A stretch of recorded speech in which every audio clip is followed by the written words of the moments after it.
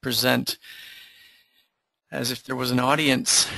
So good afternoon and good morning to those of you who are here today to look at the Orchid EFT processing solution. A number of times we get asked by customers and prospects what the benefits of EFT processing really are.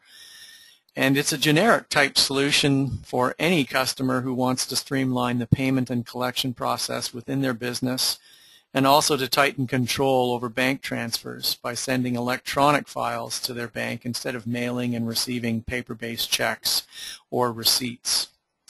So with EFT processing, there are a number of benefits based on the integration. As you can see, EFT processing integrates directly into the Accpac Sage 300 menu structure, and that's because it's written in what we call the Software Development Kit, or SDK for short. And what that means to existing or prospective Sage 300 customers is that we utilize the services of the Common Services component in System Manager. So we validate transactions against the same fiscal calendar. We can utilize the multi-currency tables if you're making payments or receiving cash in currencies other than your home currency. We can also support optional fields, and of course we integrate into bank services. We also integrate into the administrative services, so this EFT solution is running in the same database as the core Accpac Sage 300 modules, and therefore it also uses the same data integrity as well as the dump and load facilities for creating backups of your data. And we also support the security groups, so if you're looking to restrict access to certain features within EFT processing, the same group profiles that you create for the standard modules can also be set up for EFT processing. And then once you've created that profile for a particular group, you can attach it to that group, and any employees that are part of that group will have the restricted access. We also utilize for multi-user access the same LANPAC licenses that are utilized for the other core applications. So when you purchase the EFT processing module, there is no additional multi-user license fee. Based on the number of LANPAC users that you have within your existing Sage 300 system, you'll have the same number of users who can access the EFT processing module. So the primary purpose of creating an EFT product is to avoid the creation of paper-based checks. And based on the current research that we've done, there's about $1 billion of check fraud every year in North America. And that's because people are either fraudulently modifying paper-based checks or through identity theft being able to cash or receive money fraudulently. And this is not something that the banks like to talk about very often because they don't want to impair the integrity of the banking system. And in reality, when we talk about $1 billion worth of check fraud, that is a big number, but it's really under 1% of the total transaction volume within a year in the banking system. So while on a percentage basis it's quite small, it still adds up to a fairly large dollar amount. And so the banks do encourage their commercial business customers to think about the use of EFT processing, or at least positive pay, in the case where they're transacting a couple of hundred checks every month. So when we think about EFT processing, most people look at payment remittances as the preferred method of using EFT. And EFT really is just the creation of a file and then the ability to send a remittance notice to your vendors, identifying the invoices that you've paid and the dollar amount that's been transferred. And so it's typical within a system to print off a remittance advice, and we have a standard crystal form to print off and mail that remittance advice to your vendors. But when you think about it, it doesn't really make sense to print off the EFT remittance advice and have to fold stuff and mail that remittance advice when you're sending payment to your vendors electronically. So one of the other key aspects of the system, as we've mentioned, is the integration. And with that integration, we're able to directly feed off of the AP vendor master file or the AR customer master file if you're receiving money electronically. Within the AP vendor master file, you have on the processing page a delivery method option, and that defaults to mail. And the mail would assume that you're printing off your checks, printing off your remittance advices, and mailing those to your vendors. But you also have options for email and contacts email. So in the case of email, the EFT processing system will pick up the email address on the address page. And in the case of contacts email, the EFT processing system can pick up the email address here on the contact page. So by utilizing a delivery method of contacts email or email, rather than printing the remittance advice, you would use delivery method based on the vendor customer, and rather than printing a crystal form that you have to mail, you can generate a PDF file and then attach that to an email message that we've identified as payments. And that is part of the setup here under email messages. You have the option within EFT processing to create direct debit or payment type emails where you can predefine the text within the body of the email, and notice that there are variables for things like company contact, company name.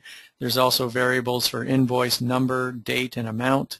So any of that type of information can be embedded as part of the body of the email, and then when you generate this payment process and then the printing of the AP vendor remittance advice, we will generate an email and attach the remittance form as a PDF to that email.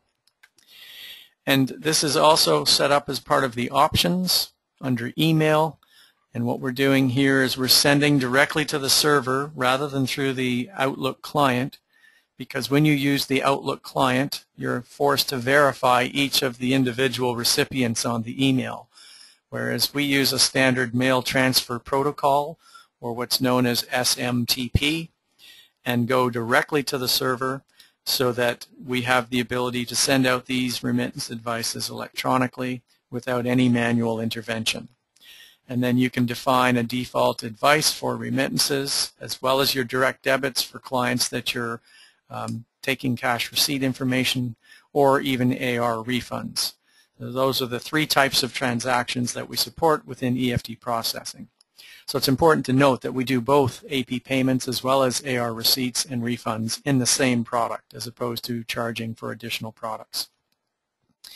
One of the other key aspects of the EFT processing system is the bank file format.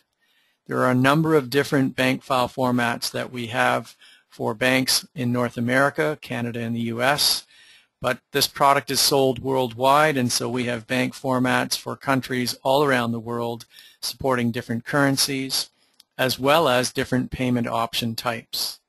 So you'll see that we have cross-border payments, we have wire payments, we do standard check payments, we also have credit card and PayPal options as well. And EFT processing, just to be clear, is not a payment gateway, but we do have the ability, once the payment has been approved, to send that electronically for clearing through the bank. So whether you're working just in the United States or whether you have vendors to pay around the world, we can create a bank file format as long as we get the specification from the financial institution telling us how to design the file format and the layout of the fields within that file. I mentioned as well that we do positive pay, and positive pay is simply the option to send an electronic file to the bank but also still generate paper-based checks. So in this scenario, you will still have to mail out your checks, but when you send the positive pay file to the bank or financial institution, they will only clear the checks that are part of that positive pay file. So even if you have some vendors that don't want to be paid electronically, you can still get the benefits of an EFT system by using the positive pay format and being able to allow the bank to verify the checks that are being cleared. In the US, there's a particular need for pre-note as well as the standard ACH, but be forewarned that many banks will tell their customers that their standard NACHA, North American ACH, but in fact most of the banks and financial institutions in North America develop their own derivative off the standard NACHA file format. And that's why you will see for some of these banks several different files. So you see here for Bank of America, we have a comprehensive payables, we have a NACHA, we have a positive pay, two different formats for positive pay. So it's not unusual for us to have to create multiple file formats for the same financial institution, either because of the different services that customers use or because of when they started the EFT processing with the bank. The banks are constantly adding new security features to their EFT files, so we are constantly adding new file formats into the EFT processing system. A couple of different setup options are available for both the AR customers receipts and AP vendor payments. So I'll just highlight the AP side because they're virtually identical for AR customers. The first of those options is the ability to create an EFT file across a range of batches rather than just creating one EFT file for each payment batch. Some people like to have one EFT file per batch so that there's a corresponding number of payment batches and EFT files, and other people prefer to batch up a number of payments across multiple batches in one EFT file. So you have that option to allow EFT file creation from a batch range, and that's what I'll show today. We also have an option to allow unposted batches to be part of an EFT payment file. And while this is generally not recommended, because as most of you would know, if you make a change to an unposted payment batch, there's no audit trail of that change. So it's always better to use a posted batch to generate your EFT payment files. And if a correction has to be made, then you would do a proper adjustment and reverse the payment so that there would be a full audit trail of that change. Another option within the EFT processing is the ability to either create an EFT file off a combined payment batch where we have both check and EFT vendors. So we tell the system to skip over any check vendors and continue with the creation of the EFT file for all EFT vendors. So that is possible within the system. However, we generally recommend that you try to isolate your EFT versus non-EFT vendors. And so when you're creating an EFT file, you're assuming that all vendors within that payment batch are EFT vendors. So if we do find a non-EFT vendor within that payment batch, we would want to display an error and stop the creation of that EFT file. And the way this is facilitated within the software is by using payment codes. So within each of the vendor master files, there's a payment code field on the processing page. And we recommend generating an EFT vendor payment code and using that as a way of identifying your EFT versus non-EFT vendors. And that helps to streamline the payment creation process as well, because when you're creating payment entries, you can set criteria for payment codes to use, and the payment code can be defaulted as check, or you can change that to EFT. And so if you use a payment code, when you create a payment batch, you can use the payment code as one of the criteria. So in addition to specifying the bank and the currency, one of the criteria here would be payment code. And so this is a quick and easy way to identify all EFT vendors that you owe money to, and therefore can create your payment batch for just EFT vendors by using this vendor selection range. The last option under EFT is the Allow Select Payments.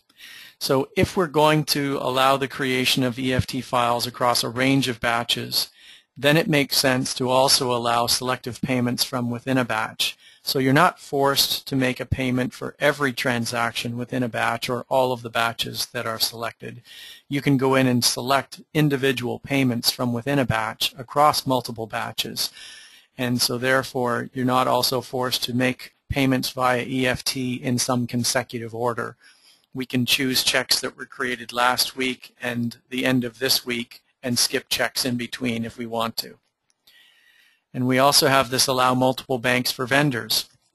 In some cases, you will have different remit to addresses for the same vendor. So this may also require multiple bank formats for the same vendor. So if we turn on Allow Multiple Banks for Vendors, we'll be able to attach more than one bank file format to the vendor or more than one bank information for account purposes. So let's take a look then at the setup of the vendors. When we've set up our EFT processing bank file format, then the vendor EFT setup will dynamically change based on the fields that are required as part of that EFT file. And the remit to address will allow us to support multiple remit tos for the same vendor for one bank, or as I mentioned, if we turn on the multiple banks, we would have the option to have multiple banks assigned to the same EFT vendor and possibly different remit tos. Some bank file formats will require a country code, others will require a currency code. Typically there's an account number and name on these EFT files. And for those that are currently working with AP, there is an import function where you can import the banking details for each of these vendors. It's important that in order to generate an EFT file payment, that the status of that vendor be active and not just entered or inactive. But you can switch the status to inactive if you're in dispute with one of your vendors and you don't want EFT payments made to them. The other thing in terms of setup is the bank itself. So we can pick up the banks that are part of bank services, and then to that banking information we would add things like the financial institution ID and transit number, your account number, your customer number and name with that bank. And then we have file naming conventions that allow us to use the batch number from the payment batch if it's a payment, or receipt batch if it's a receipt. We also can use a fixed name that allows us to embed in date, month, and year information to that file, and this is becoming more popular. There's also file sequence number, which allows you, based on the file format, to attach a file sequence that allows you to number your EFT files in a consecutive numbering sequence. So those are the different options that we have for creating the EFT file, and then we would choose a file path to where that EFT file is stored. And so it's important to note that when you generate the EFT file, you're creating a flat file that is stored somewhere on the network, excuse me, and then that file is going to be saved and transmitted to the bank through some modem or internet connection. So these files can be stored in a protected directory, and then those files will be sent off to the bank and processed for payment purposes. And this is sometimes where we get questions about the security that is set up around the EFT files. And so to start with, the EFT files themselves are just flat files or text files with banking and payment information. So there's not a whole lot of security around the EFT file. So typically these EFT files must be protected through an environmental control, such as checking the AP batch listing report with the EFT transaction details report and the same report that comes back from the bank. So you can do a three-way match with the payment batch and then what we call the transfer details report, which is a listing of all the vendor payments that have been sent out via EFT. And so this report will identify vendor name and number, the date and time stamp, the transaction type, the bank that it's paid from, the account, whether it was successful, and the dollar amount. We also keep information on where that EFT file is stored on the network, as well as the Accpac username for who created the EFT payment file. So you can match the AP batch journal with the transfer details report and the report that you get back from the bank, verifying that all three reports show the same vendor payments, dollar amounts. So you can have someone sign off on that. But it's also important to note that the banks themselves have a number of controls built into their processing of the EFT files. For instance, they will have control totals pertaining to the number of rows, the total value of debits, total value of credits. So they're checking these hash totals and making sure that nobody has tampered with the EFT file between the time it was created and the time that it's transmitted to the bank for processing. So while we can never say it's a 100% foolproof system, it does ensure 99% of the time that these files are valid, and all you need to do is try that a couple of times with your bank, and you'll quickly learn that the banks are checking every character within the EFT file, and if even a period is not in the right place or a space is missing, they reject the file. But we also have some audit logs that you can generate reports on or that you can view within the system. So in addition to the transfer details, we are keeping a log of every EFT file that was created. Again, we use a date and a timestamp and a batch identifier to let you know what kind of transactions are within that EFT file, the batch number within Sage 300 Accpac that that payment was coming from, who within our Accpac team created the EFT file, against which bank, the path and the file name, and the dollar value of the transactions within that file. In addition to this, we keep a log of every vendor or customer that's been set up within EFT. So again, we have a date and a timestamp with the vendor information, their number, their name, and all of the relevant master file information, the Accpac user who set them up, and what that information was. So for new vendors in the system, we would just see information in the new value field. For information that's been updated or adjusted, we would see information in the old value field and what it's been changed to in the new value field. And you can filter this based on range of customer vendor as well as date. So we do what we can to create security and controls around the setup and processing within EFT to make sure that not only do we streamline the process, but we safeguard it to make sure that only valid payments and receipts are being set up in the system and processed through to the accounting records. So ultimately, when it comes down to it, the EFT creation process is quite simple. We generate EFT files off of existing AP payment batches, receipt batches, or refund batches. And so all we're really doing in terms of a change in process is eliminating the need to print paper-based checks and take the same payment files from your AP system or receipt files from accounts receivable and using those to generate an electronic file. Now, in the case where we have optioned the ability to create an EFT file over a range of batches, I will demonstrate that, and then we can choose, I'll just pick a quick bank file format here. We can also embed as part of the reference description information, check number, invoice number, or reference from the vendor master file. And because I've also allowed the ability to choose individual payments, I can go in and just make selective payments as to what should be part of the EFT file. And then we create the file, and at some point we would have that transmitted to the bank. Now, for good internal control purposes, you would generally want to segregate those duties and have one person create the EFT file and another person send that file to the bank. But depending on the size of your organization, you do what you can to try to create some internal controls around the process. And finally, the last part of EFT that we need to cover today is on the receipt side.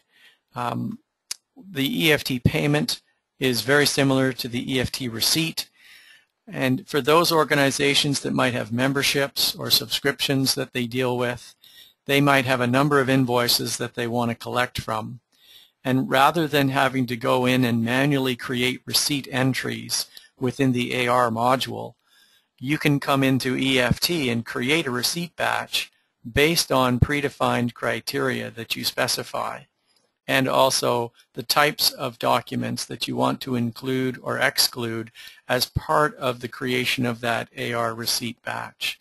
And then you can specify specific customers and specific documents that you want to exclude from the creation of the receipt batch. And so interestingly, what we found is that some of our customers have purchased the EFT module and they have no intention of using it to generate an EFT file. They simply use this receipt creation batch to generate their AR receipt batches automatically rather than having to manually go in and create the receipt entries.